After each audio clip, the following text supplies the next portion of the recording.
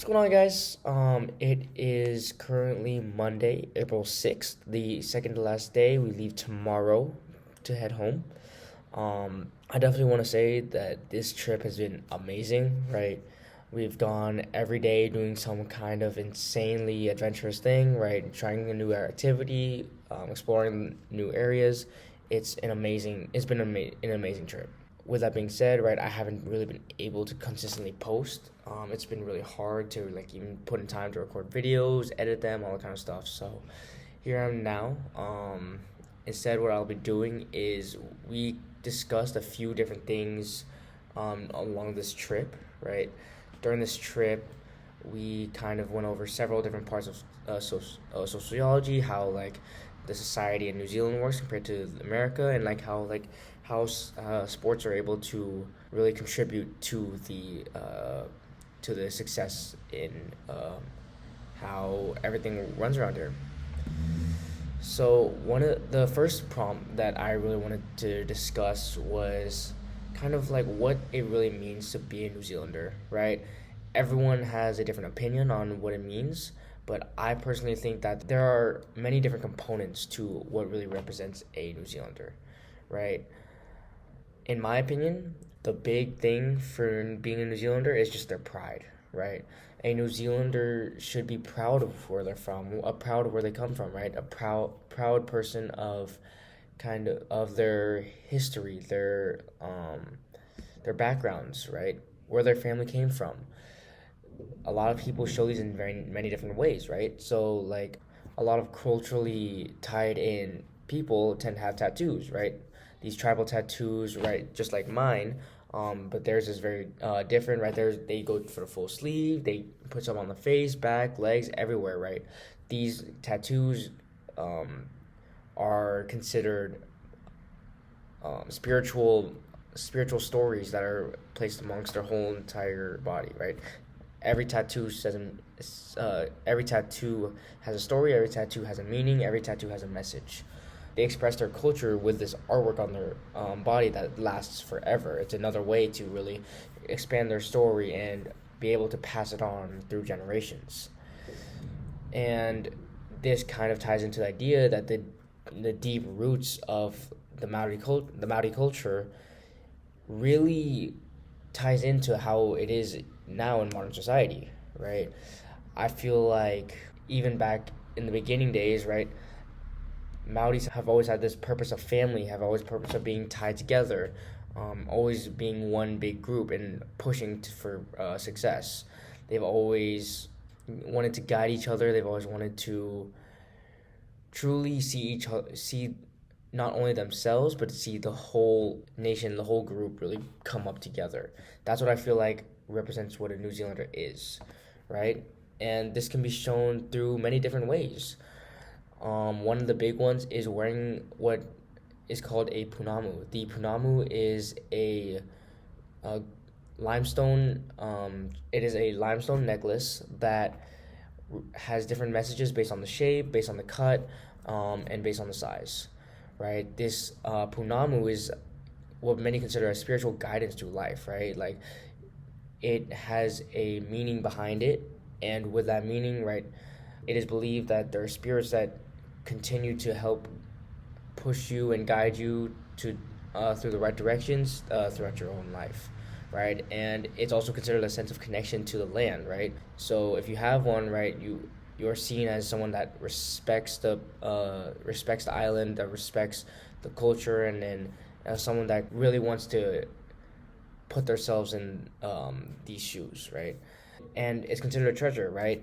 There's a tradition where it is told that you are not able to buy a punamu for yourself. You have to gift it to someone else, right? And you have to expect someone to gift it to you. That's the way that it works. It's an idea that you don't buy yourself the spiritual guidance. Someone gives you spiritual guidance. So then that leads to my second topic of, have I observed any of these during sporting events?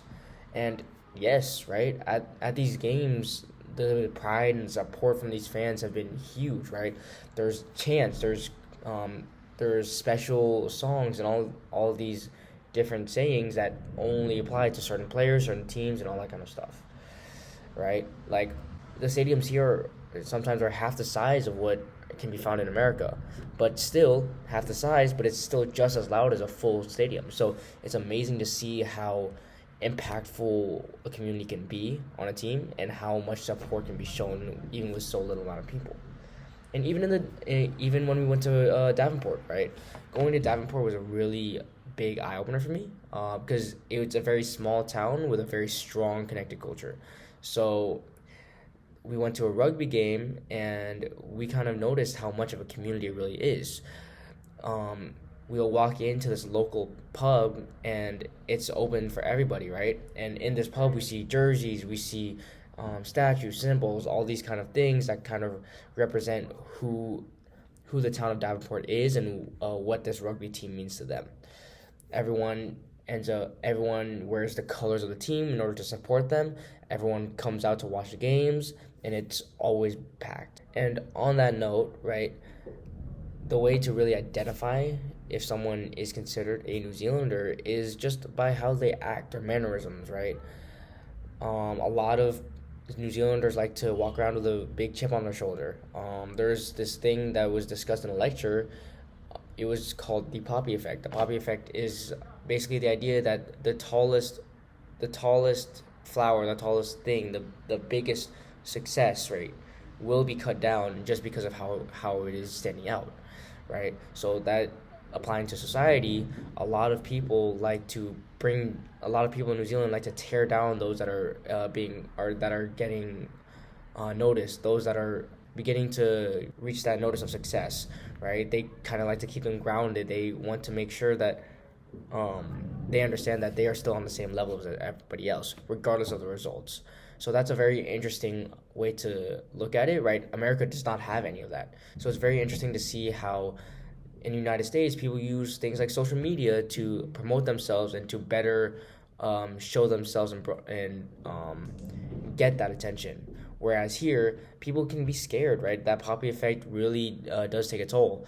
People don't like to post just because if they get that fame, they know that there will be the same amount of hate with that. Like I said before, being a New Zealander means that you appreciate the land. You appreciate the land, and you appreciate where it has come from, right? Understand the origins of where your family heritage is. You understand that this homeland is precious, that it is an island that is meant to be well kept, and it is an island that is meant to be celebrated. So based on this definition, I feel like there is a group of people that may be excluded from the big group, right? The traditional Maoris, right? I feel like they have created some great building blocks, right? They began the culture, began all that, but I just have a very bad feeling that eventually it's come to a point where the city becomes so modern, where maybe the modernizing the city brings people away from the original roots of the Maori tribes. And then the stories begin to fade, the traditions begin to slow down, right? Like even the haka nowadays is considered more of a celebration and more of a like tradition rather than the way it used to be. It used to be used as a threat. It used to be a way to scare off those at war. So I feel like there are a lot of traditions that are slowly starting to fade and lose their meaning, and with this, right, it starts to lower the value of these Maori groups, which me personally I don't want to happen, because it is always amazing to really look into how Maori culture really thrives and how Maori culture still is sprinkled in here and there with the new New Zealander identity.